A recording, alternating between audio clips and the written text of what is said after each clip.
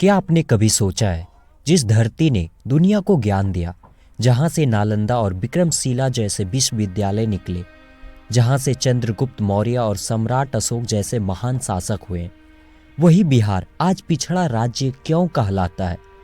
क्या बिहार सच में पिछड़ा है, या उसके साथ इतिहास में कुछ ऐसा हुआ जिसने उसे पीछे धकेल दिया? सच्चाई जानने के लिए हमें थोड़ा पीछे जाना होगा। एक समय था जब बिहार भारत का दिल था। नालंदा विश्वविद्यालय में पूरी दुनिया से छात्र पढ़ने आते थे।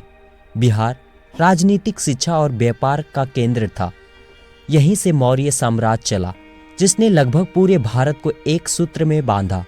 गौतम बुद्ध को भी ज्ञान इसी धरती पर मिला। मतलब साफ है, बिहार कभी कमजोर नहीं था। लेकिन फिर समय बदला। 12वीं शताब्दी में नालंदा विश्वविद्यालय को जला दिया गया।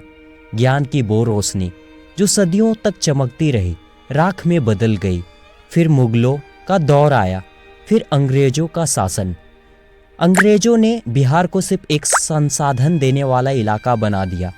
यहाँ उद्योग नहीं लगाए गए, सिर्फ खेती और मजदूरों का इस्तेमाल किया गया। आज़ादी के बाद उम्मीद थी कि बिहार फिर उठेगा, लेकिन 2000 में झारखंड अलग हो गया और झारखंड के साथ बिहार के ज़्यादातर खनिज संसाधन और बड़े उद्योग भी चले गए। बिहार के पास बची खेती, बड़ी आबादी और सीमित संसाधन। उद्योग कम थे, रोजगार के अवसर कम थे और धीरे धीरे पलायन बढ़ने लगा। आज भी लाखों बिहारी दिल्ली, मुंबई, पंजाब और गुजरात में काम करते हैं। दूसरों राज्यों की फैक्ट्री, निर्माण कार्यों और कंपनियों में बिहार के लोग अपनी मेहनत दे रहे हैं। अब बात करते हैं राजनीति की। लंबे समय तक बिहार के राजनीतिक विकास से ज़्यादा जातीय समीकरणों पर आधारित रहे। सड़क, शिक्षा और स्वास्थ्य से ज़्यादा चुनाव जीतना जरूरी समझा गया। 90 के दशक में कानून व्यवस्था की स्थिति भी कमज़ोर रही, जिससे निवेशक डर गए, नई कंपनियां नहीं आ पाई और राज्य आर्थिक रूप से पीछे चला गया। लेकिन क्या सिर्फ सरकार जिम्मेदार है? नहीं, शिक्षा व्यवस्था भी एक बड़ी चुनौती रही है। सरकार स्कूलों की स्थिति कमजोर, कॉलेजों की कमी और प्राइवेट इंडस्ट्री का अभाव। इस वजह से यहाँ के युवाओं को बाहर जाना पड़ा। बिहार में टैलेंट की कोई कमी नहीं है। हर साल हजारों छात्र यूपीएससी, एसएससी, रेलवे और अन्य परीक्षाओं में सफल होते हैं, लेकिन उन्हें अपने ही राज्य में अवसर नहीं मिलते। सोचिए, अगर यही प्रतिभा बिहार के अंदर काम करे तो तस्वीर कितनी बदल सकती है।